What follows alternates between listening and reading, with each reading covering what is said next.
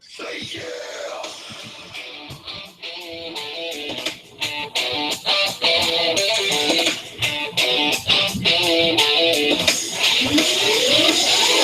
go hard all day, all night. On the grounds of people who be ready to fight.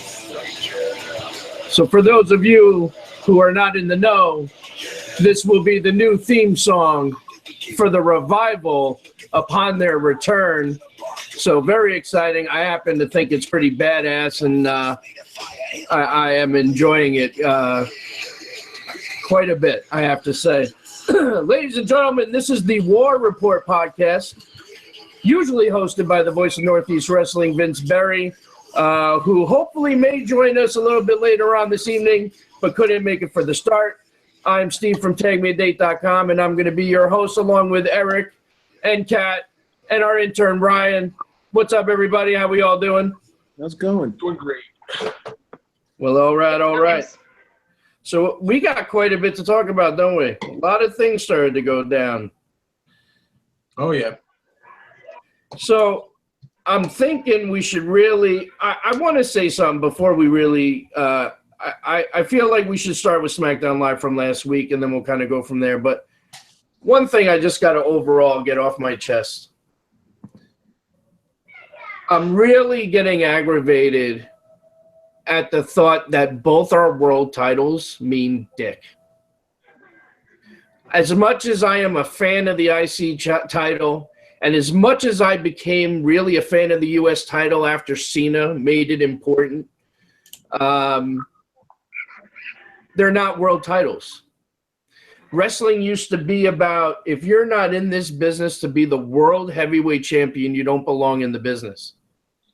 And you've got Brock Lesnar, who is the Universal Champion, who we haven't seen since he won the fucking thing.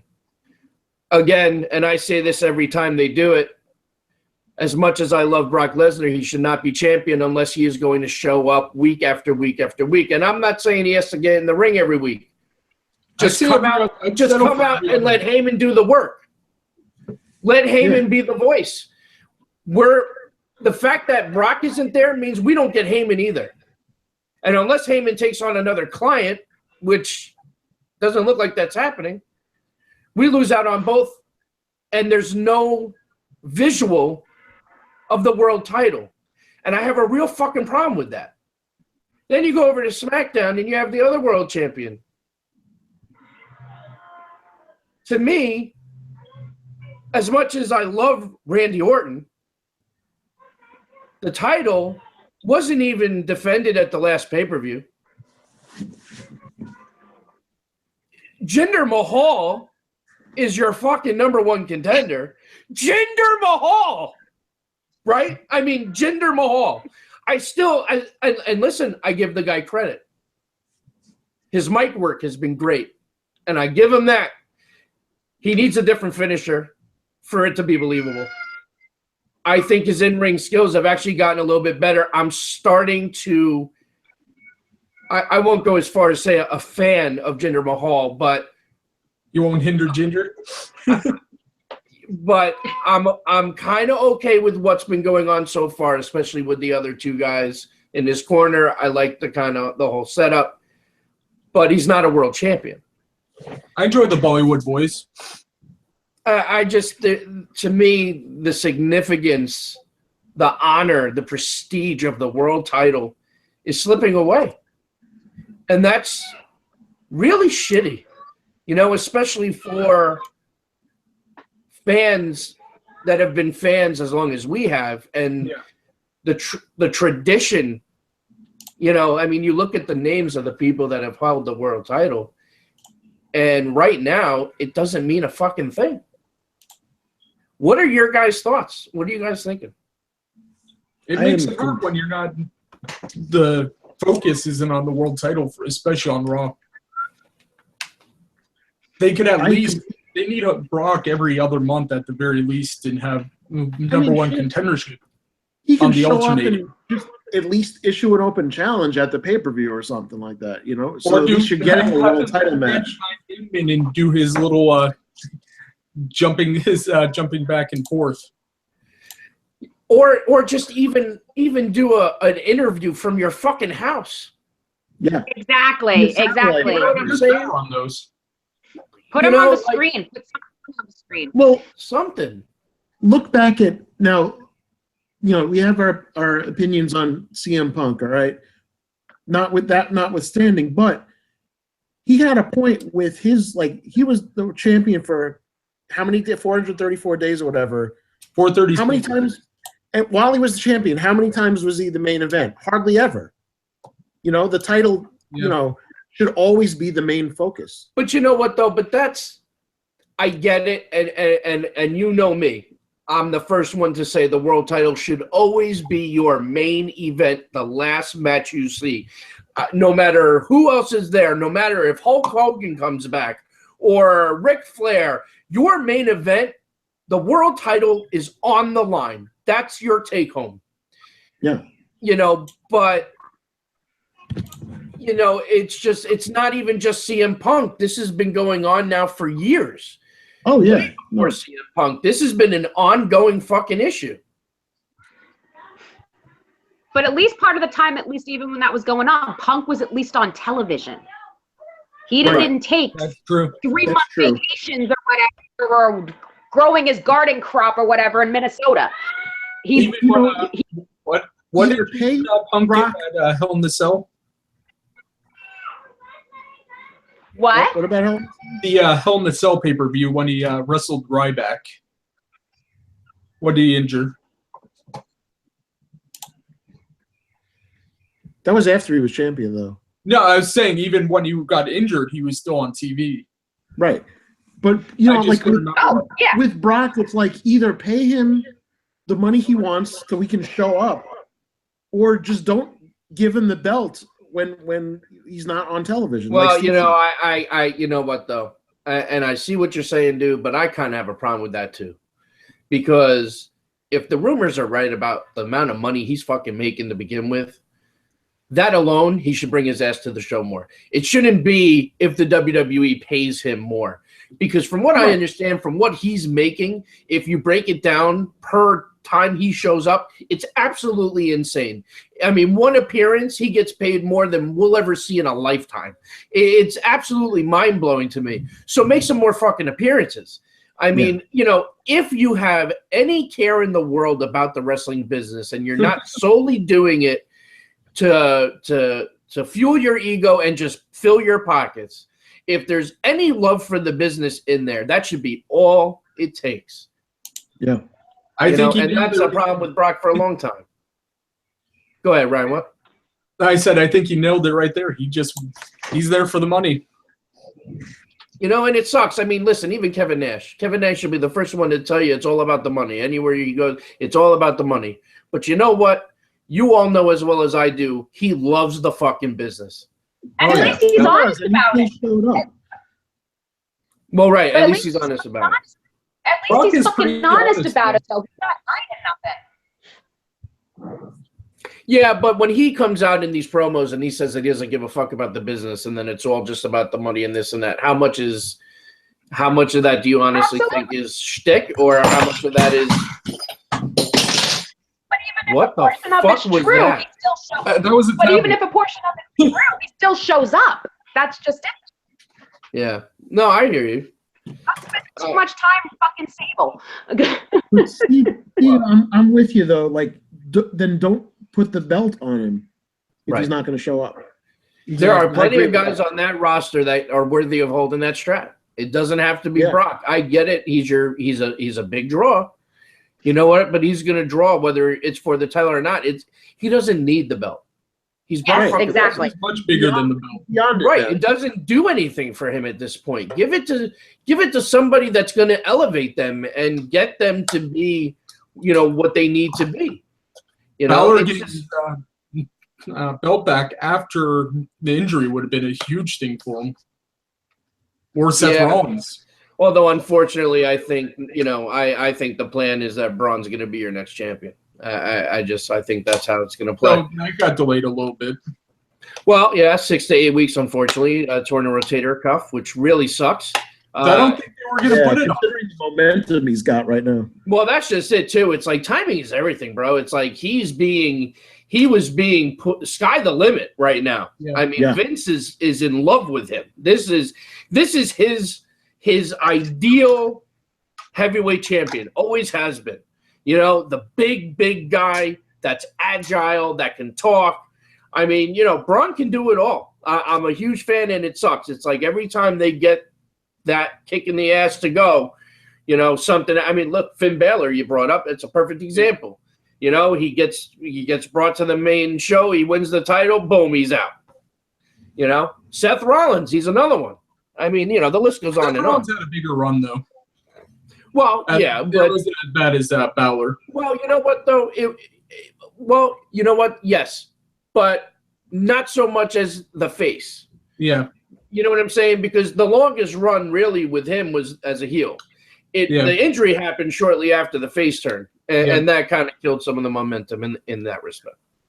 Yeah, I think it somewhat helped the build, though, because you didn't have to have either one of them on TV going back and forth. Yeah, there's only so much you can do with Seth and Triple H. Real quick, before we jump to SmackDown, because we want to do that, can I just say that, and I don't know if you agree or not, but the next pay-per-view after Extreme Rules for Raw is called Great Balls of Fire. Really? Yeah, I goodness gracious. I don't know. I mean, shit. I don't get where I don't get it. I don't know. I would love an explanation. I mean, I'm expecting there to be an Inferno match. You just took exactly what I was going to say. You know, I mean, and it's ironic that Morrow's not there anymore, because I could so picture him saying, "Goodness gracious, great balls of fire," you know, like silly as it is, you know, I could just picture that. But like, that's such a fucking stupid name for a pay-per-view. I'm sorry. Yeah, I agree with you. I mean, so fucking dumb. So listen, I think we should let's get going into SmackDown Live from last week. Shane and Jericho wound up kicking off the show, right? Started off, which brought out Owens, and then popped out AJ. That was actually one of the best segments of the entire night. That opening segment was, I thought, very entertaining. I enjoyed the whole way it went down. What were your guys' thoughts on that? It was a great promo by everyone involved. Yeah. You can't beat Chris Jericho right now. The whole face of America. You do or don't? I don't know what to make of it. I don't think it's really bad, but I don't think it's going to really mean much because, well, it's not going to be AJ. I can't see them taking AJ out of the world title picture, so I don't see him winning the U.S. title. Yeah, I could see. You never know. Jinder Mahal's the number one contender for the heavyweight title. You never know. Well, I'm pretty sure Jinder Mahal is winning the world title. Maybe, but there's Unfortunately, Rusev. I agree. There's Rusev too. He wants a title shot, and that's a rumor too. So I don't know. Jinder could just be a stop until you get to Rusev. Well, is Rusev cleared? Is he back? Because he's been out. Rusev's supposed to be on tonight, apparently. Is this his return tonight, or? I think so. I believe I read that earlier. Because I think I know he issued a challenge. Like he said, you know, to Shane, I want to. Rusev, he was supposed to return, but he isn't on SmackDown. Gotcha. All right, so next up, it was Jinder Mahal versus Sami Zayn. And then all the heel women were trying to recruit Becky Lynch. That was a backstage segment, if I remember correctly. And then Ziggler backstage promo on Nakamura. And then we had Dillinger versus English, Naomi and Charlotte Flair versus Natalya and Carmella. Natty and Carmella took the victory. Dolph versus Sin Cara, Jericho Owens. Owens wins and beats Jericho. You know, SmackDown to me, I don't know if it was maybe they crammed too much into the show, which is kind of hard coming off of Raw when it's 3 hours and you feel like there's just never enough stuff that they can cram down. But like Jinder versus Zayn, for example, Jinder's in-ring is just not, in my opinion, anywhere close to a guy like Sami Zayn. Nope.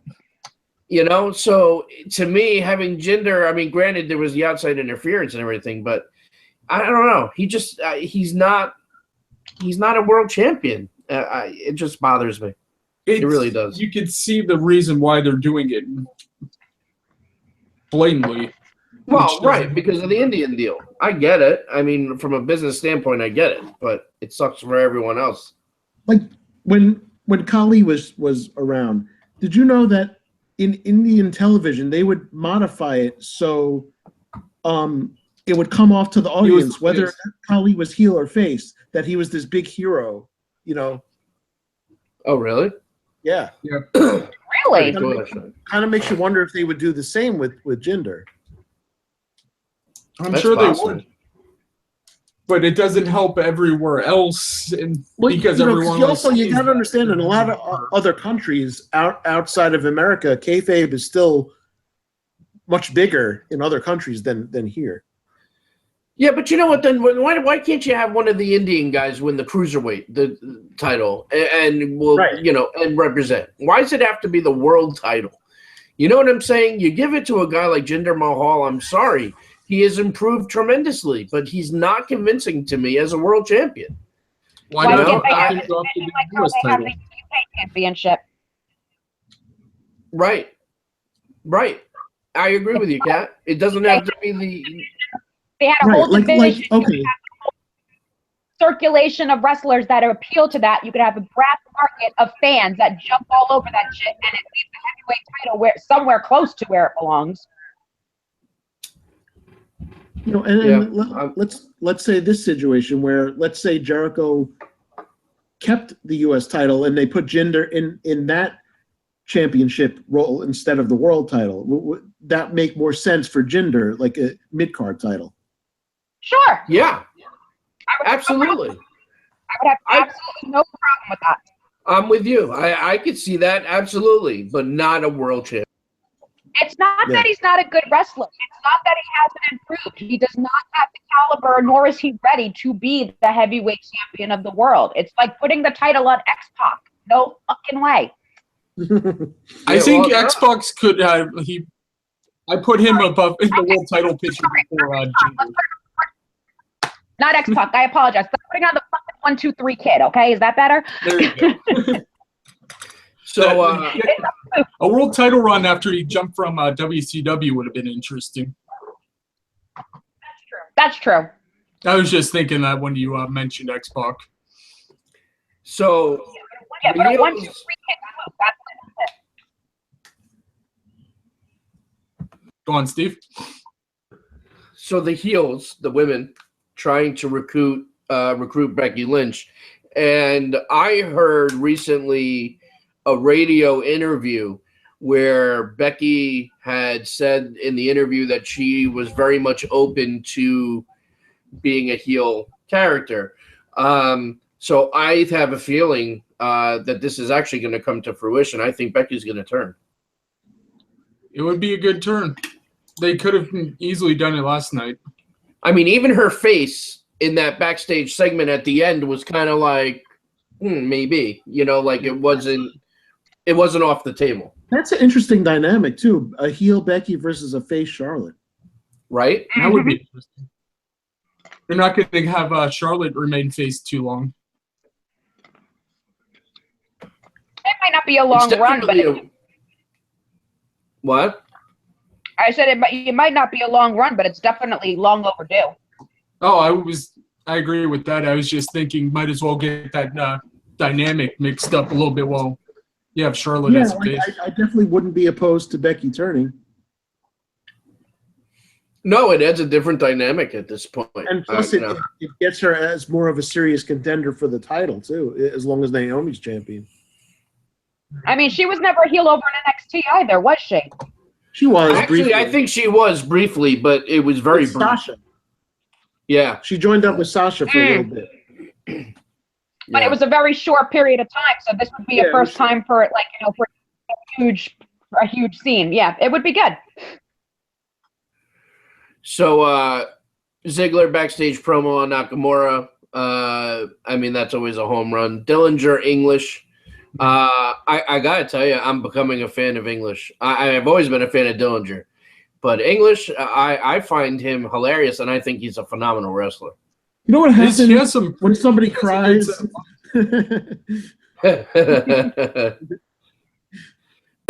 What do you guys think of English? I think he can sing a lot better than I ever thought he could. He goes to the same tanning salon as Sheamus, apparently. Yeah. A tanning salon without the tanning. You know he's married to Shaul Guerrero? Yep. Really? Yeah. Oh, I didn't know that. Yeah. He got married, like, I think 6 months ago or so to her. That's crazy.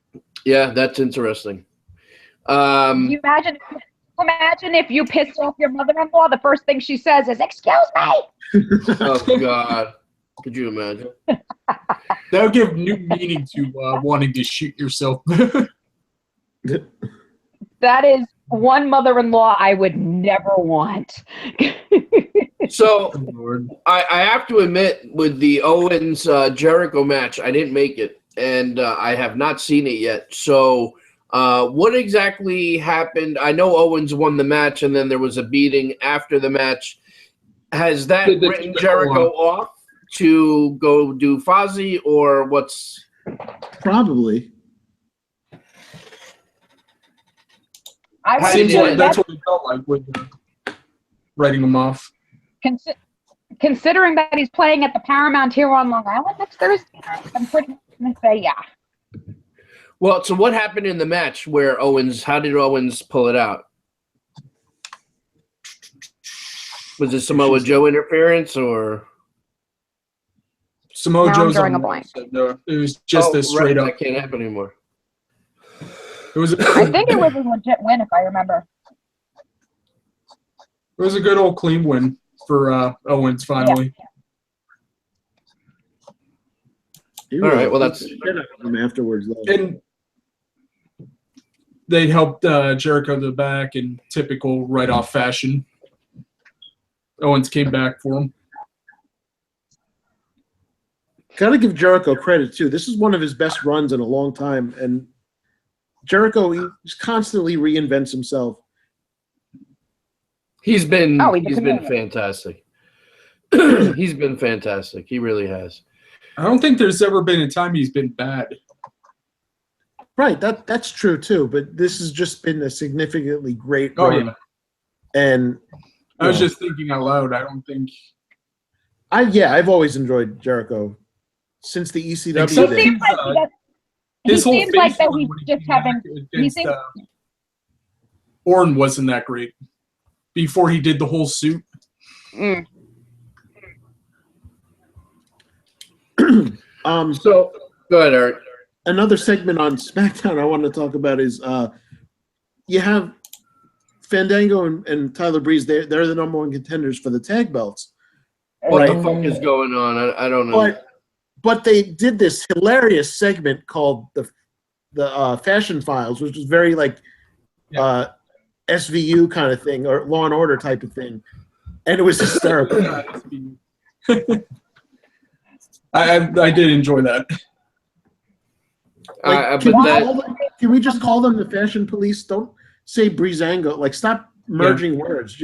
Call them the Fashion Police. That's what they're doing right now. It's pretty damn funny, in my opinion. The only thing, it's funny, but they're not tag team champion material. Right. Much like Golden Truth. So it's exactly like Golden Truth. So it's like, what the fuck is going on right now? It's like weird number one contenders. What are they smoking in the writing room? You know what though? I would have less of a problem with Golden Truth because at least Goldust on Killings have put their time in.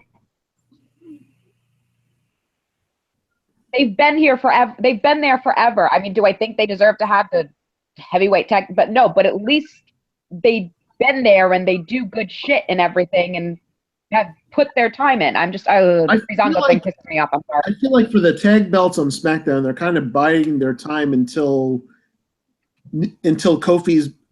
Who got injured? Was it Kofi? Yeah, Kofi's injured. Yeah. Until Kofi's back with New Day, and then they're probably going to put the belts on New Day for a year again. Probably. Possible. But I feel like maybe they're waiting for Uso's New Day.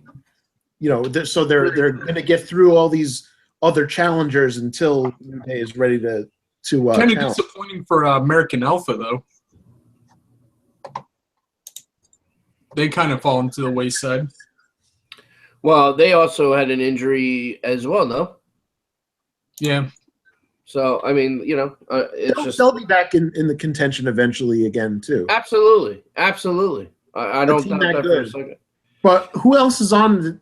You got the Colognes now trying to be like, they dropped the Puerto Rico thing as far as like the selling the timeshares. Probably. Yeah, doing that. But I feel like if they were to be taken seriously, they really need Carlito. Yes. Wow. The problem is that WWE doesn't want to pay Carlito what Carlito's asking for. The last I heard, WWE made an offer, and Carlito turned it down and said it was a lowball offer. Is Carlito worth that much, though? No, but to him... No, obviously to him, he's... but if you're asking my opinion, no, I don't think... I mean, if anything, he should be happy that the WWE would still be showing interest in him. Yeah. We lost Kat, by the way. I noticed that. And there she is. All right. So I think maybe we should move on to Raw. I did put a spoiler-free preview of SmackDown in the chat. That's what the second portion is. Spoiler-free? Free. We all watched Raw, no? No, I said SmackDown. Tonight's. Oh, yeah, I don't want to see anything about SmackDown. So, with Raw, it also looks, we're talking about Becky turning heel over on the other side. And on Raw, it looks like we're going to have a Nia Jax babyface turn. What do you guys think about that? Can she pull that off as a face? I think she can pull it off, but how many contenders will she have? That's a very good question, too. I mean, right now, you got, all the heel. So you'll have Alexa Bliss, who obviously, let's call it what it is. If Nia turns face, they'll be on her. Then she's going to take the title from Alexa Bliss. Yeah. You'll have that feud extend for a little bit. But who else? Crap. There's Alicia Fox. You got Natty, Carmella, none of which I think are worthy. Emma's hurt. Yeah, so what happened with Emma? I didn't read the report. There hasn't been an update on exactly what happened. Wasn't there the report might be shoulder. Shoulder looks like what it says. Another thing from her tweet yesterday, she said was, I just happened to be lucky. I'll keep you guys posted. Well, I will tell you this. If she's going to be out for an extended period of time, it will be just a matter of time before she is wished the best in her future endeavors, because she's becoming injury prone. Yep. And then with that whole thing with Emma and Emelina, this might be, they might just say, you know what, this ain't worth all that. Yeah. No, and unfortunately, that's probably what's going to take place. But the thing is, that whole Emelina thing, Emma had been cleared for a long time before they did that stupid shit. So. Oh, is that right? Yeah. She was cleared for at least a couple of months before. Yep. they had her re-debut as Emelina for one night. God, that's got to be so frustrating as a talent, you know, to be cleared to go, but the writers just haven't found a way to put you back into the mix, and you're just there every week doing nothing, just watching all your friends go out there and do their thing. I mean, that it's a hard time to introduce someone around WrestleMania. Yeah, Emma's great in the ring. And she's great on the mic, too. I mean, Emma's a total package. She's hot, she's good in the ring, and she can talk. And she's gonna have the Dolph Ziggler stigma. I don't think it'll be as bad. She didn't have a title when she got injured. I think that hurt Ziggler more. Well, I mean, listen, at the end of the day, whatever the case may be, Dolph Ziggler is known as injury prone, and you'll notice he's never had another opportunity for the world title since. So, you know, not even a shot. It doesn't help either way, but I'm trying to be positive.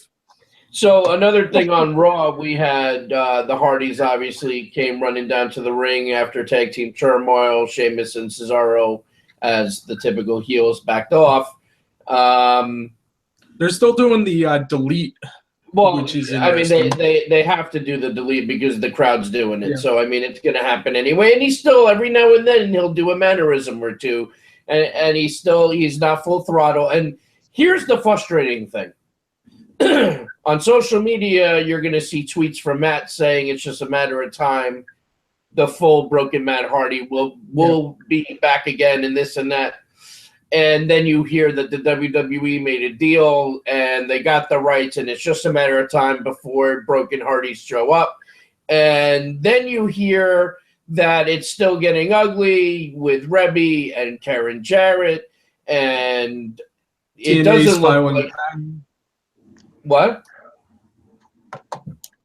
Oh, TNA filed the patent for everything broken about a week ago. Right. Which I assume that can be protested. I'm sure, because Hardy filed the same patent.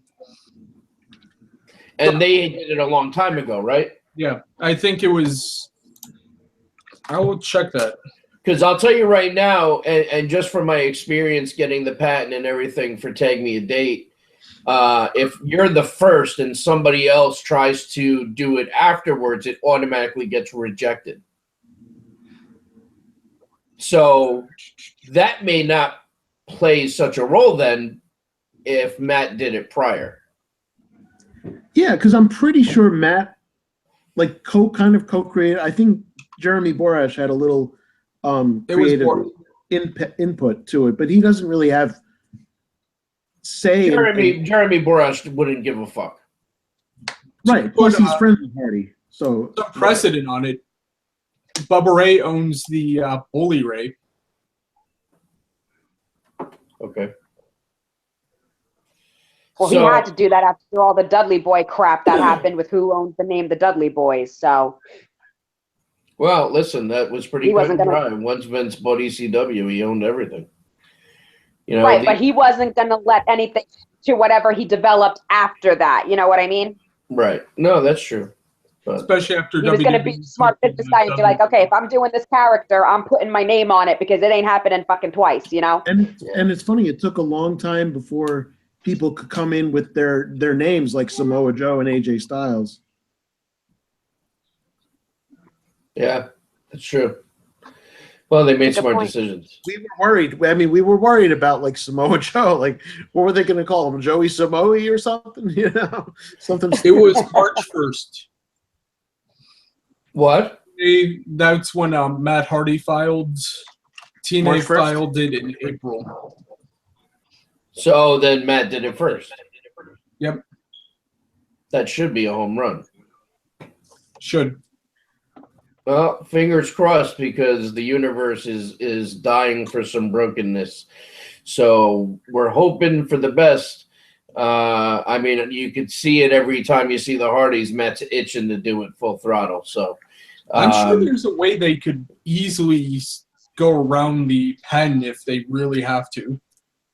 Well, and I think that's like a last case scenario. I mean, ideally, they want to do the broken because that's what's over. They don't want to change it in any way, and they shouldn't have to. Exactly. I was just thinking out loud. What exactly is part of the patent, though? Just the word broken, or is it like the whole thing, like the mannerisms and all that? Well, they said anything broken, so I would imagine that would mean mannerisms and everything. That would be really hard to... I'm just having a hard time wrapping my head around patenting delete. Well, right. Delete or obsolete, or you know.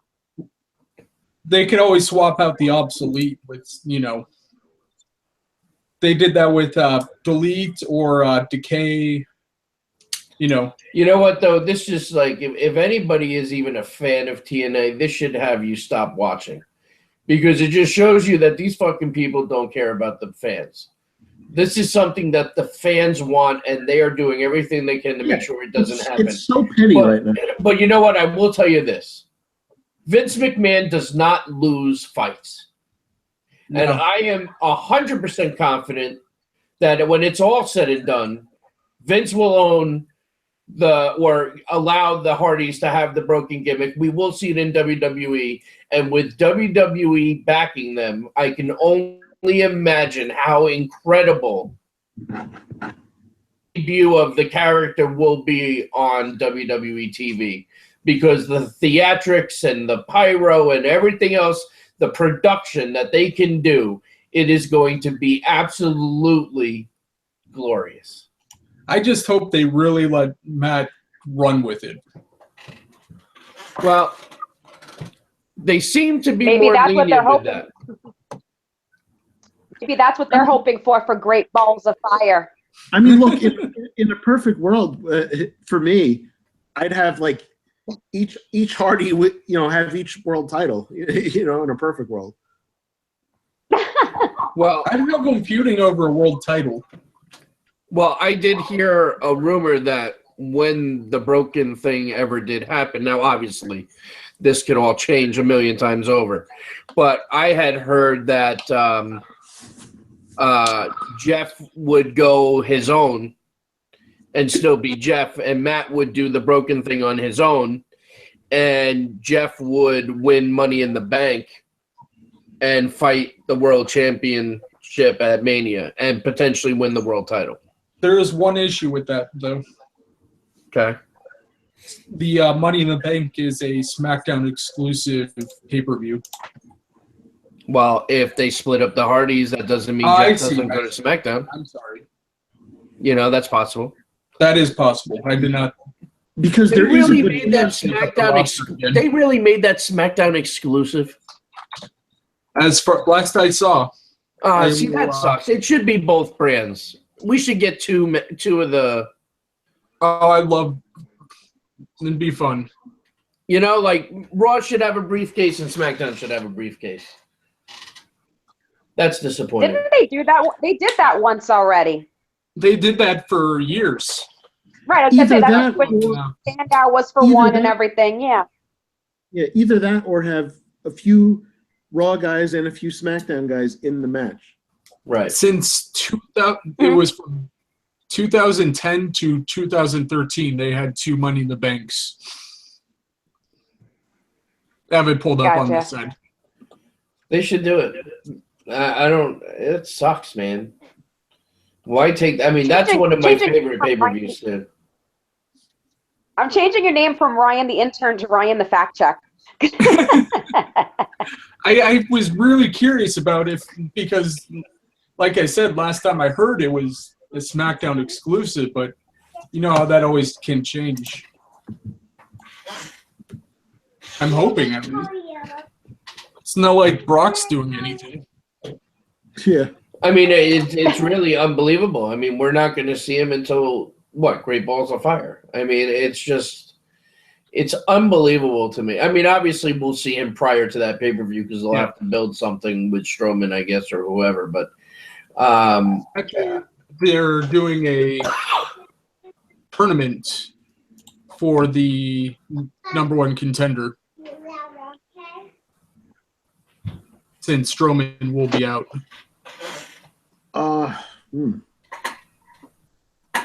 That's what it's Meltzer. No, yeah, the Wrestling Observer Live holding a series of matches of Raw to determine the next challenger for Brock Lesnar's Universal title, presumably a tournament of sorts.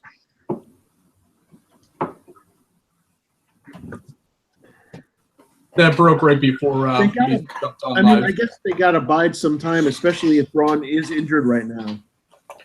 What would they do with Braun up until Great Balls of Fire if he was the contender? Have another match with Kalisto? Oh, God. Well, they're supposed to do Braun Roman Part 3 to determine, like, or that was the original plan before Braun was injured. Yeah, but I don't know. Unless they do Roman versus Brock at Great Balls of Fire and have Roman win. Who do you see being put up against Brock at pay-per-view? Say that again? I said, who do you see getting the number one contender spot? Well, I mean, it's kind of hard because we don't know who's going to be involved. I was just more thinking in general, just the Raw roster. Well, I mean, it's not. In my opinion, it's got to be Braun Strowman.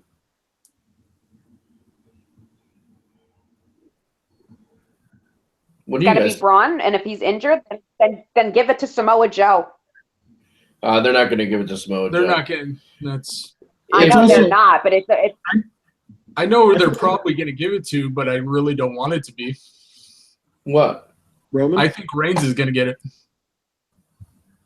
It doesn't make fucking any sense for them to give it back to Roman right now. It doesn't make sense, but who else would they put up against with Braun being out for Great Balls of Fire? Rollins? God, that name doesn't. Well, why not? They're doing Jinder Mahal on SmackDown, so fucking give it to Heath Slater on Raw. Right? And Bite your tongue, woman. And then put Drew and then let's really call it a 3-man band. Give it to freaking Drew McIntyre on NXT. Oh God. I think at that point, the 3-man band all has the world fucking title. That would be funny. I don't know. I think Drew is more credible than both of them.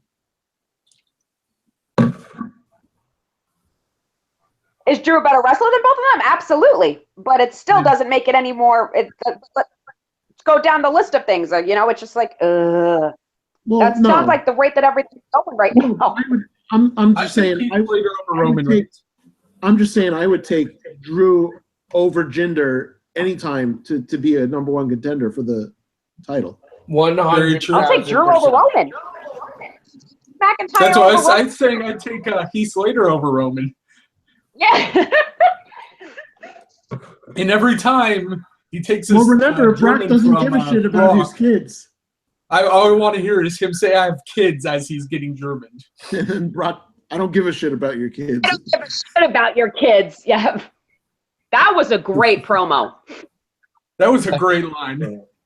Yeah. Because I'm sure he does not give a shit about his kids. But there's, I don't know, I guess Rollins has got momentum. He did beat Samoa Joe, so. And Triple H. Right, and he had a big win over Triple H at Mania. So. People have been talking about Balor too, but Brock is going to lose. That's a good point, Eric. Finn Balor too, yeah. But a lot of people have a problem with the size difference. That would be a big size difference. Like, it's noticeable, and I get it. Yeah, but Finn Balor will use the quickness, the agility, the high flying, which Brock can't do. And the other thing too is that Finn could take a beating, and he's got the stamina to go. Right, he's resilient. Right, so Finn Balor's a great option. Difference. Yeah, you're talking about a size difference. We just had Kalisto and Braun. You can't get any more size difference than that. And they're always big about doing David versus Goliath. You know what I mean? So it's a big seller. We had the Batista Rey Mysterio going on for how long? I mean, Ray based his basically entire career off of that. And not only that, but you have to also keep in mind that they're already starting to set things up for that as a possibility. You know, Finn already came out and he already said, you know, let me remind everyone, I never got my rematch. Yeah. And he never lost the belt, technically. He had to forfeit. So they're still keeping that in the forefront as a potential, you know, possibility. When I'm thinking about it, I'm more of looking at someone who could take the world title loss and it not hurt.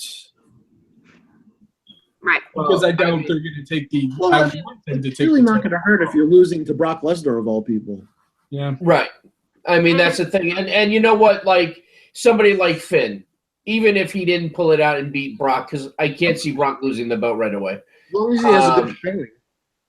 You know, right. As long as he looks good and he, you know, has a couple moments where, as long as it's not 15 suplex cities and then a pin after an F5. You know, as long as it's not you don't want it to be a squash, yeah.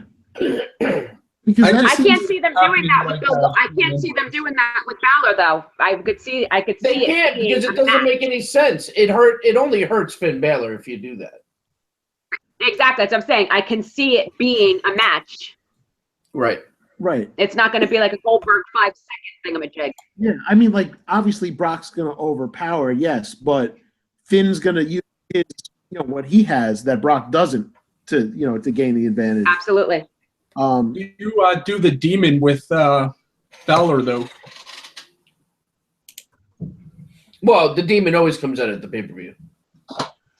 But the only reason why I asked that is, do you keep the undefeated demon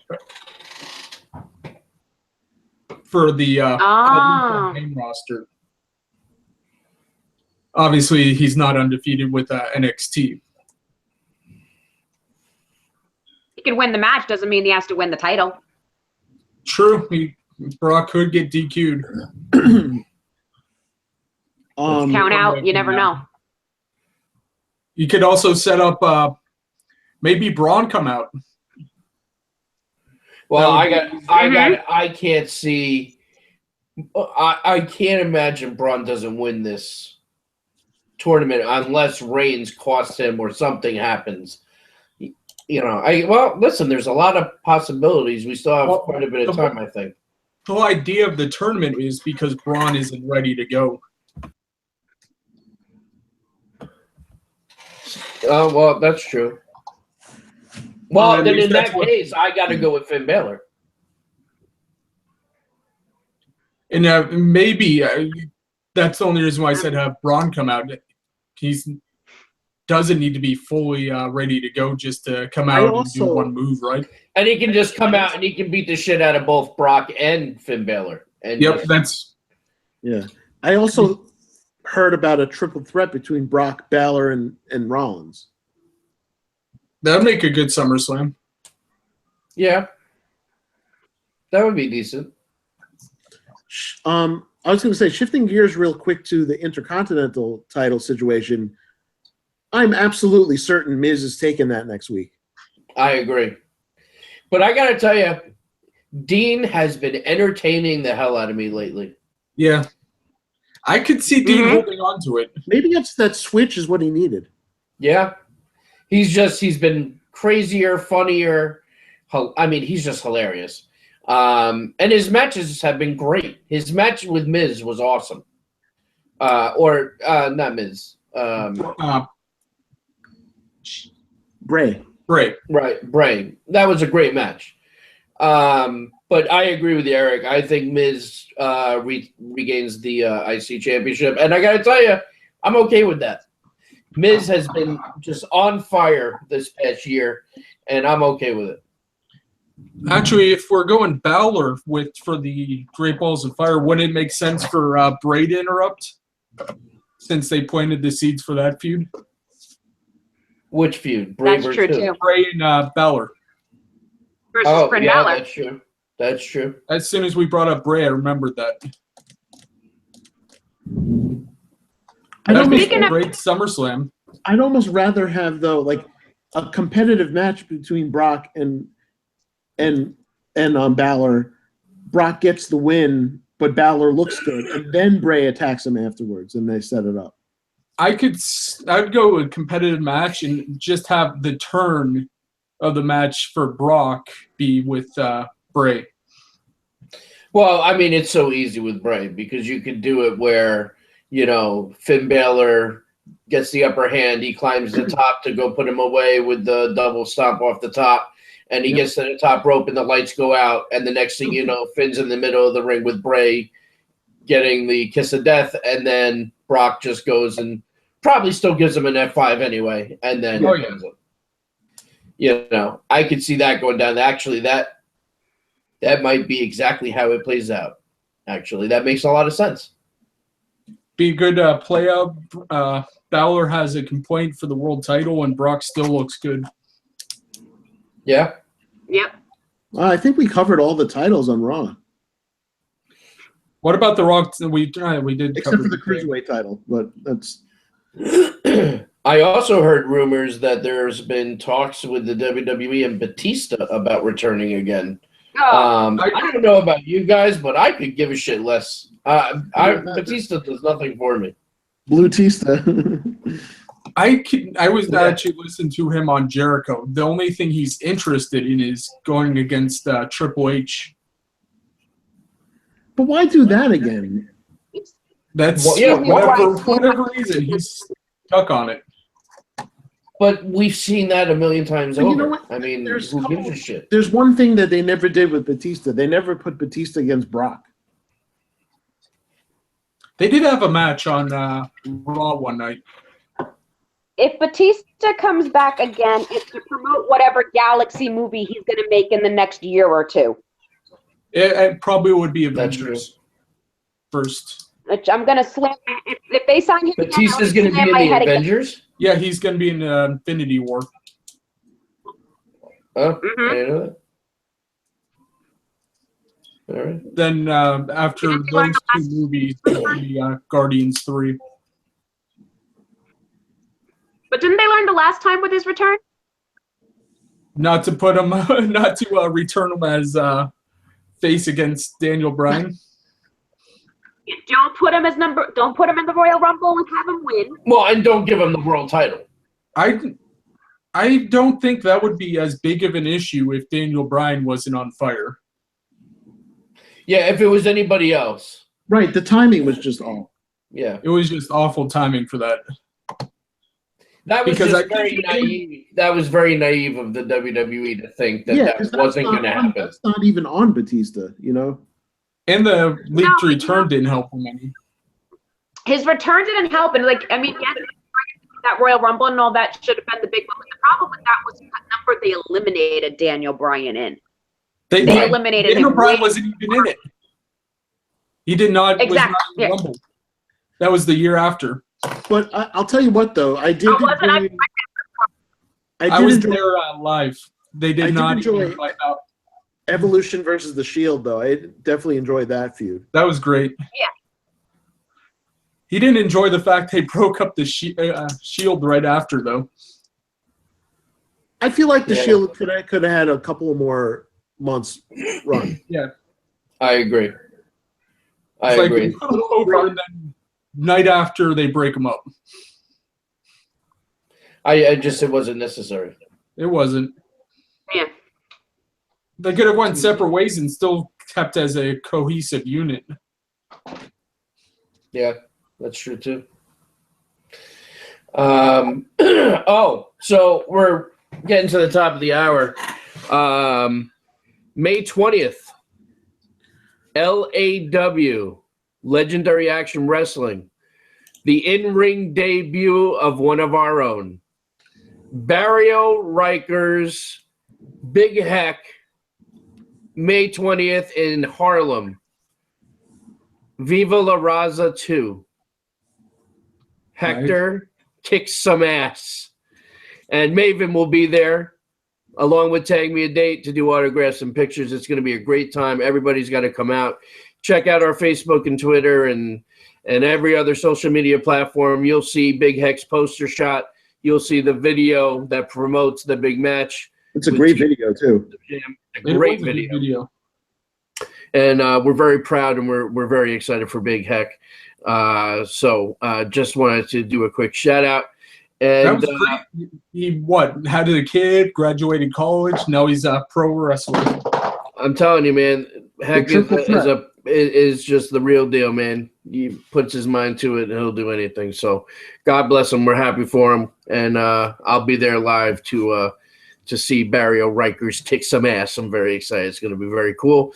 And make sure you guys come check out the new tagmeadate.com. It is bigger, better than ever. It works for one. And it's just great. It's getting better and bigger every day. We're getting thousands of signups a day, which is great. And we've already seen the beginnings of what the apps will look and perform like. So we're very excited. They're coming along. We will have the apps coming soon. It will be Android first, followed by Apple, but it won't be too much of a separation between that. So we're very excited, and come check it out. It's completely free. So no reason not to find your tag team soulmate now and find somebody to share your passion for wrestling. Anybody else want to say a final thought before we sign off and get ready for a little Shinsuke Nagamura? I just want to give a shout out to Adam and Sam Daly.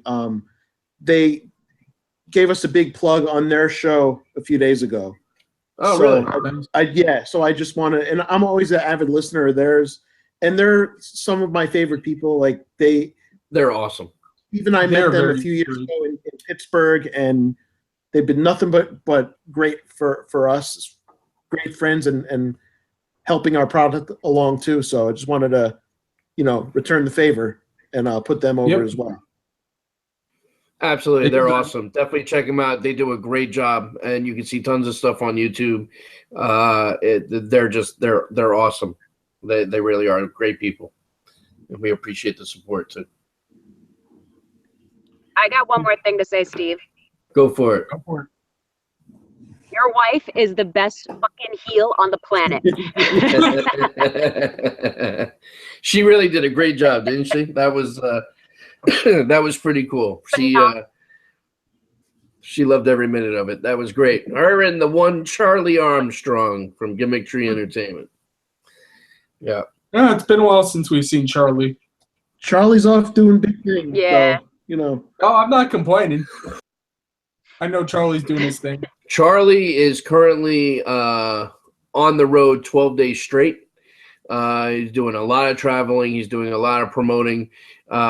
He's got a lot of stuff he's doing for Gimmick Tree, and he's also he's working with another company as well, and he's keeping quite busy. So I'm sure Charlie will pop in. Charlie, we'll never know when. We'll never know why, but we won't know why, but he'll come in and we will have story time with Charlie, I'm sure. So I miss getting hit on. I miss getting hit on.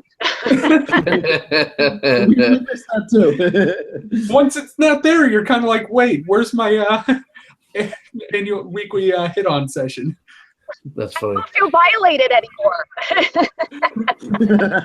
Well, the next time I talk to him, I will pass that along and let him know. But all right, listen, guys, it's about 6. We got about a minute left. From everyone here at the War Report, you can check us out every Tuesday. Of course, real life doesn't get in the way. But every Tuesday, 7 p.m., hear us talk everything WWE and pro wrestling. And, of course, tagmeadate.com. This has been the War Report. Thanks again for tuning in, and we will see you next week. Go and watch some Smackdown Live and some Shinsuke Nagamura.